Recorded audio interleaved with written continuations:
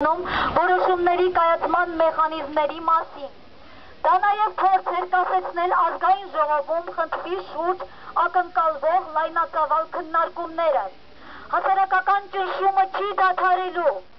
կան գործի այլ կողմեր ևս։ Հաստատված փաստ է, որ ՍԵՏ-ի մասնակիցների թվում են եղել Ռուբեն Հայրապետյանի անձնական թիկնազորի անդամներ։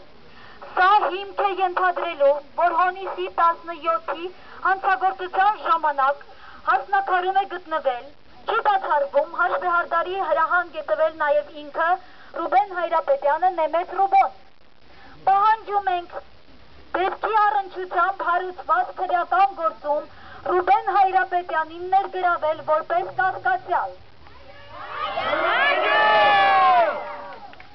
Քրեական գործում ներգրավել հունիսի 17-ի հանցագործության հետ առնչված բոլոր անձանց։ Ռուբեն Հայրապետյանին, Հայաստանի ֆուտբոլի ֆեդերացիայի նախագահի պաշտոն